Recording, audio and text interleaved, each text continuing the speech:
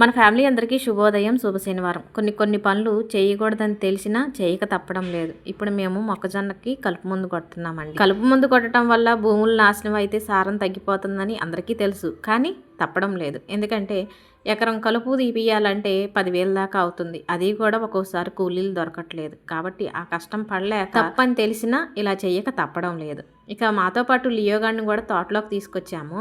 కలుపు మందు కొడుతున్నాం కదా, వాడికి ఇబ్బంది అవుతుందని చైన్తో కట్టేసి షెడ్లో మంచానికి కట్టేసి వచ్చామండి. ఆ మంచం నవారిపేటలు తెంపుకొని మరీ వచ్చింది.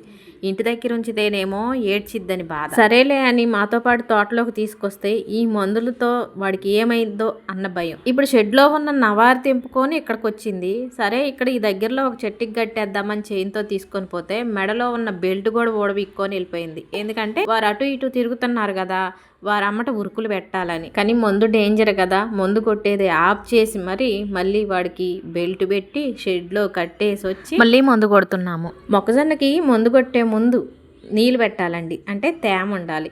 ఇప్పుడు నేను నడిచే అంత లెక్క కూడా బురదగా ఉంది. అసలే నేను లావుగా ఉంటాను, నేనే బరువు. నాకు తగ్గట్టు ఆ బిందె కూడా నాలా గుండమలా ఉంది. వచ్చే బరువు వేస్తుందండి. అంత బిందె వేసుకొని ఆ బురదలో లాక్కోలేక పీక్కోలేక చచ్చిపోయానబ్బా. ఏం చేస్తాం, మన కోసం మన పిల్లల కోసమే కదా. ఆ బురదలో పనిచేసిన మాకైనా ఇంత బురద అంటలేదండి. చూడండి ఒకసారి. నవారు తెంపుకొని ఒక్కసారి వచ్చింది, అటు ఇటు తిరిగింది. బురద చూడండి ఎట్లా. ఇంటికి వెళ్ళిన తర్వాత బాబు గారికి వేడి నీళ్ళు కాగబెట్టి స్నానం చేపియాలి. సరేలేండి, హైదరాబాద్ వెళ్ళొచ్చిన రోజు ఎంత పని పేరుకుపోయిందో, ఆ పని అంతా ఎలా చేసి లాంగ్ వీడియో ఈ వీడియో కింద లింక్ పెడతాను చూడండి అబ్బా.